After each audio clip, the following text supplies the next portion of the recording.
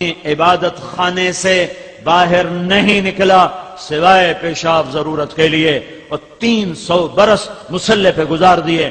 اس کی عبادت کے سامنے اس امت کے 60-70 سال کی عبادت چیدارت کیا رکھتی ہے معنی؟ کیا مطلب ہے اس کا؟ ہاں انہیں تبلیغ نہیں ملی، ہمیں تبلیغ ملی ہے۔ انہیں دعوت کے لیے گھر چھوڑنا نہیں ملا، ہمیں دعوت کے لیے گھر چھوڑنا ملا ہے۔ لہذا یہی سردار ہوں گے یا قیامت کے دن، یہی سب سے آگے ہوں گے قیامت کے دن۔ تو میرے بھائیو، بہت بڑا مجمع ہے، اور الحمدللہ اکثر نوجوان بیٹھے ہو، اگر آج آپ توبہ کرو گے اللہ خوش بڑا ہوگا۔ توبہ کے لیے کوئی عمر کی قید نہیں ہے، پر جوانی کی توبہ اللہ کو بہت پسند ہے۔ عمر تو کٹی عشق گھتا میں مومن، آخر عمر میں کیا خاک مسلمان ہوں گے۔ نہیں، یہ مومن تو بڑا نیک آدمی تھا، ویسے شاعری کے ترنگ میں یہ شعر کہہ دیا، آخری پل میں بھی توبہ کرو تو اللہ معاف کرنے کے لیے تیار بیٹھا ہوا ہے۔ بنو اسرائیل میں ایک نوجوان تھا، اس کا نام تھا کفل، ترمذی کی روایت ہے۔ وہ روزانہ رات کو نئی لڑکی پہلو میں لاتا تھا، شراب اور عورت اس کی ہر رات کا کام تھا۔ ایک رات ایک لڑکی کو لے کر آیا 60 دینار پر، آج جو سونے کا ریٹ پہنچ چکا ہے اس پر 60 دینار اب 10 لاکھ کے برابر ہو چکا ہے۔ ایک عورت کے لیے ایک رات کا حرام 10 لاکھ روپیہ خرچ کرنے والا کتنی دولت ہوگی؟ جب اس لڑکی کے ساتھ کمرے میں الگ ہوا ہے تو اس کی طرف دیکھا تو اس کے خاموش آنسو ٹپک رہے تھے۔ تو کفل کہتا ہے کیوں رو رہی ہو؟ تو وہ کہنے لگی میں پیشہ ور نہیں ہوں، میں عزت دار ہوں، مجھے بھوک نے یہاں تک پہنچایا ہے۔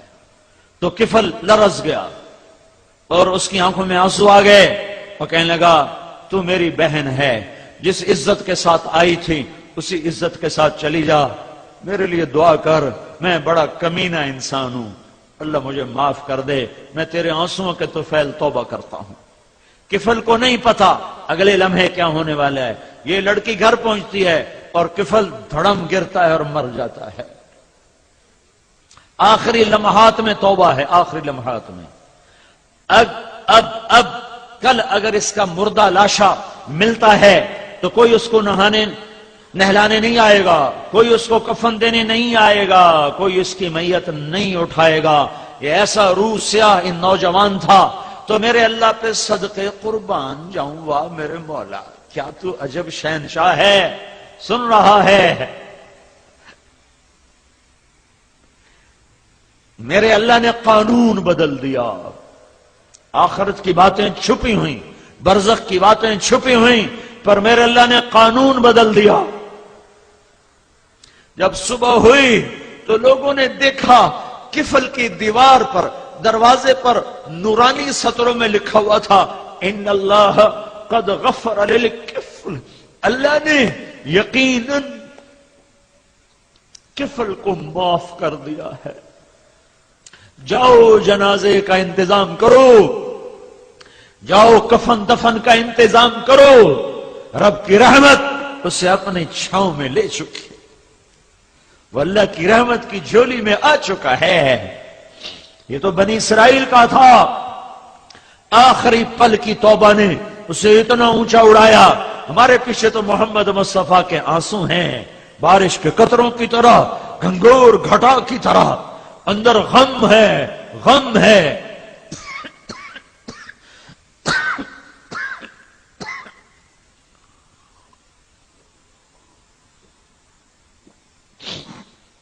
تو میرے بھائیو، ہماری توبہ تو بڑی جلدی قبول ہوگی۔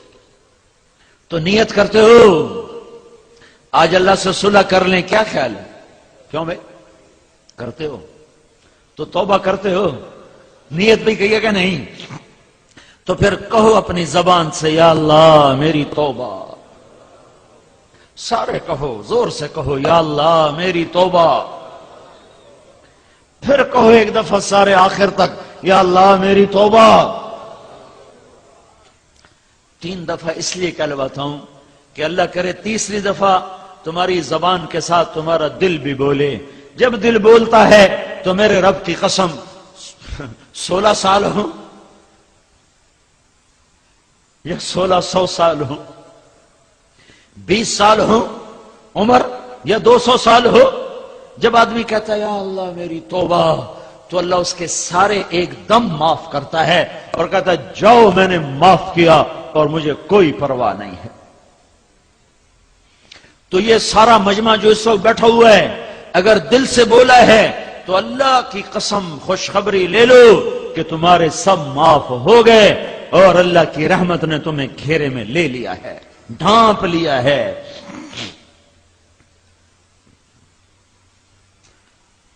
اب اگر دوبارہ کبھی توبہ ٹوٹ جائے تو پریشان نہ ہونا، شیطان چکر دے گا، ایسی توبہ کا کیا فائدہ، ادھر کی اور ادھر توڑ دی، ہاں جب ٹوٹے پھر آ جانا، جب ٹوٹے پھر آ جانا، جب ٹوٹے پھر آ جانا۔ جب بھی آ کر کہو گے یا اللہ معاف کر، تو ہر دفعہ اتنی ہی خوشی سے معاف کرے گا جتنی خوشی سے پہلی دفعہ اس نے معاف کیا تھا۔ شیطان نے کتنے لوگوں کو گمراہ کر دیا، ایسی توبہ کا کیا فائدہ، ادھر کرتے ہیں ادھر توڑ دیتے ہیں، ادھر کی اور وہاں جا کے توڑنی تھی، یہاں سے وہاں جاتے ہوئے بیچ میں موت آ گئی تو گیا سیدھا جنت میں۔ میرا چلہ شروع ہوا بہاول نگر سے، تو بہاول نگر میں بیان کیا تو یہ میں کہلواتا ہوں، تو وہاں سے مجمع رخصت ہوا، ایک آدمی مرکز سے نکلا اور چوک میں پہنچا ہے، گھر کی طرف مڑنا تھا کہ ہارٹ اٹیک ہوا، وہیں سے لے گئے ہسپتال، تو وہاں جا کے جان کی بازی ہارا، توبہ کر کے اٹھا اور سیدھا گیا جنت میں۔ بن توبہ کے کبھی پھر کر لوں گا، پھر کر لوں گا، وہ پھر کبھی نہیں آئے گی، کل کروں گا، وہ کل موت پہ آتی اس سے پہلے نہیں آتی۔ تو توبہ تو سب نے کر لی نا بھائی، ہاں اب یہی پیغام لے کر ہم نے اوروں کے پاس جانا ہے، ان سے بھی توبہ کروانی ہے۔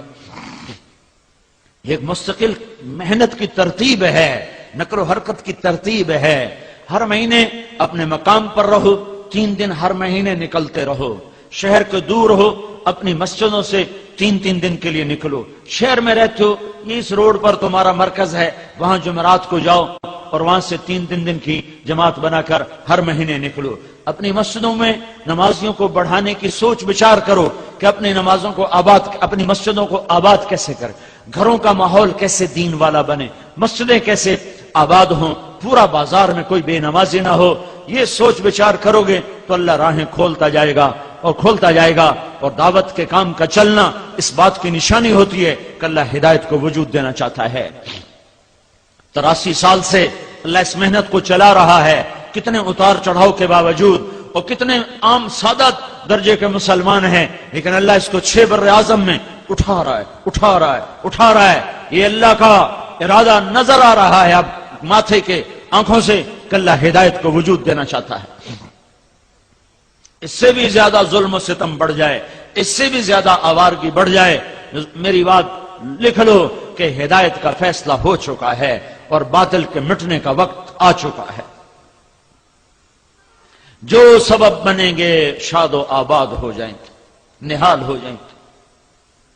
تو اب کل صبح تو یہاں سے نکلنا ہے اجتماع کے لیے، تو جو بھائی نقد تیار ہوں، سال